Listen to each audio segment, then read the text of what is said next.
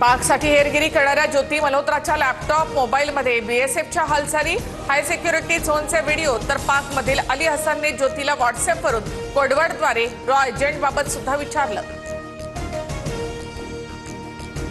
ज्योती मल्होत्रा बांगलादेशला जाण्याच्या तयारीत होती। व्हिसासाठी बांगलादेश उच्चायुक्तालयामध्ये ज्योतीचा अर्ज। ज्योतीचा पाकिस्तान, चीन, बांगलादेशशी सुद्धा जवळीक साधण्याचा प्रयत्न। ऑपरेशन सिंदूर नंतर चीनने सोशल मीडिया प्लॅटफॉर्मवर खोटे नॅरेटिव्ह पसरवली। पाकची क्षेपणास्त्र अमेरिकेपेक्षा चांगली असल्याचा चीनचा दावा। बलोच आर्मीचा ऑपरेशन हारोप 2.0 अंतर्गत पाक सैन्यावर हल्ला। बलोच आर्मीकडून आयईडी हल्ल्याचा व्हिडिओ जारी। स्फोटामध्ये पाकिस्तानी लष्कराचे 5 सैनिक जागीच ठार। पाकिस्तानसाठी हेरगिरी केल्याची हेर तारीफ याची कबुली। हरियाणाच्या नुहामधून हेर तारीफला अटक। सिरसा एअरबेसचा फोटो आणि व्हिडिओ देण्यास सांगितलं होतं, तारीफची कबुली।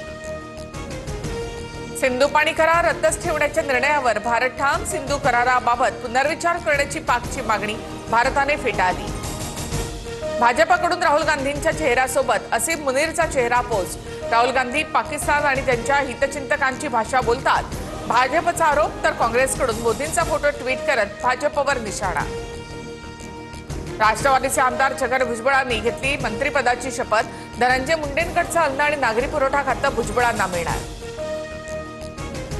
8 दिवसांपूर्वीच मंत्रिपदाबाबत ठरलं, ज्याचा शेवट चांगला ते सर्व चांगलं। फडणवीस, शिंदे, अजित पवारांचे आभार। शपथ घेण्याच्या आधी भुजबळांची प्रतिक्रिया। भुजबळांच्या कमबॅकमुळे नाशिकचं पालकमंत्रीपद राष्ट्रवादीकडे राहणार अशी चर्चा। महायुतीमध्ये सध्या नाशिक आणि रायगडच्या पालकमंत्रीपदाचा तिढा। एका भ्रष्ट मंत्र्यांच्या जागी दुसरा भ्रष्ट मंत्री येणार का? जनता अशीच भरडली जाणार का? अंजली दमानी यांचा सवाल। तर राष्ट्रवादी कोर ग्रुपच्या निर्णयानंतर शपथविधी, तटकरेंचं उत्तर। अजित पवारांकडनं जातीयवादी लोक पोसायचं काम। भुजबळांच्या मंत्रिपदावरून मनोज जरांगेंची टीका। तर जरांगेंनी मोठा खेळ करून मराठा समाजाचं नुकसान केलं, भुजबळांची टीका। नव्या गृहनिर्माण धोरणाला राज्य मंत्रिमंडळाची मंजुरी। 5 वर्षात 35 लाख घरं बांधण्याचं नियोजन। राज्य सरकारचे 70,000 कोटींचं नवं गृहनिर्माण धोरण। ऑपरेशन सिंदूरच्या खासदार शिष्टमंडळावरून शरद पवारांनी राऊतांना फटकारलं। स्थानिक राजकारण आणू नये अशी आमची भूमिका, शरद पवारांची प्रतिक्रिया। देशभरात 257 कोरोना रुग्णांची नोंद। कोरोना रुग्णसंख्येमध्ये महाराष्ट्र दुसऱ्या क्रमांकावर।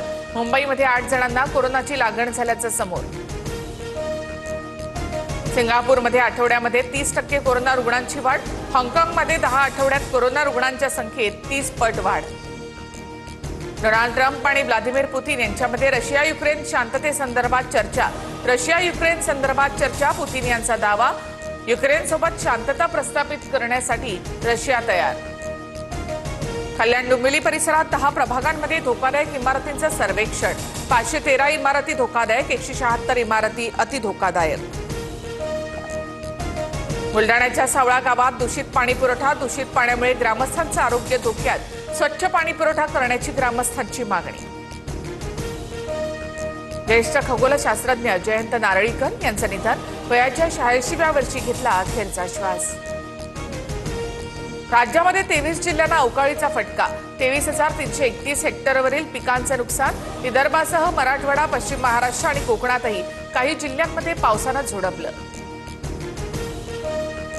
मुंबईसह संपूर्ण महाराष्ट्रात आज आणि उद्या जोरदार पावसाचा इशारा। नागरिकांनी काळजी घेण्याचं प्रशासनाकडून आवाहन।